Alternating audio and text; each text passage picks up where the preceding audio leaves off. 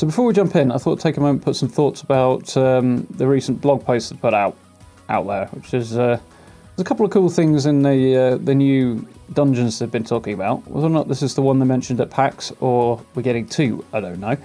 But either way, it should be cool. From what they said about the dungeon at PAX, then that should be, according to the devs, their favourite ever Fallout dungeon, so that bodes well. Let's talked a little bit more about the new camera photo mode thing, which is, functions as an item or more like a weapon, so you point and shoot it, more like a real camera. Which is an interesting idea, but I don't really think it's going to replace photo mode for me, particularly when it comes to things like getting thumbnails, stuff like that. But there's a quest line attached to it. It'd be interesting to see how it actually goes. Definitely explore it in time. So player vending has been delayed, which is a bit unfortunate, but apparently they're having a few issues with getting that to work properly. So I'd rather see them delay it and make it work properly and put it out a bit later rather than rush it out and make it a buggy mess. So basically my feeling on that. I think it's unfortunate, but it's the lesser of two evils there.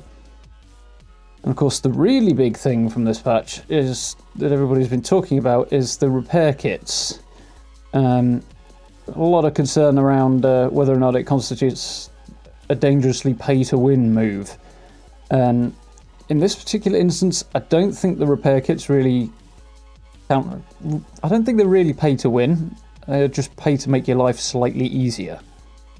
You can get them in-game without going through the atomic shop. And all they really do is make life a bit easier so you don't have to trail to a workbench to repair something that breaks.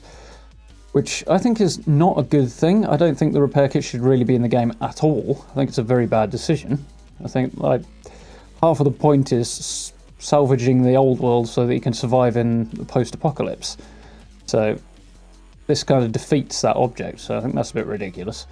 But you don't have to do it by any stretch of imagination. It's not going to prevent you from repairing weapons and armour in the way that we already do. So in that regard, if you feel the same way I do, for example, you can just carry on as you were before, which I think is probably going to be my plan.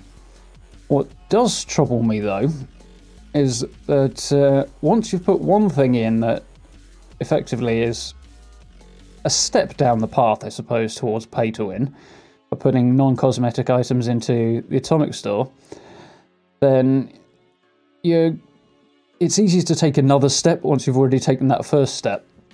So it's the bad precedent that troubles me about it. I don't think in and of itself this is going to be a major problem, but if this gets a lot of good traction and they turn around and start putting other items in afterwards, those might become a problem. So that's what my big concern regarding the whole thing, really. So hopefully that was useful and interesting. My thoughts in a nutshell.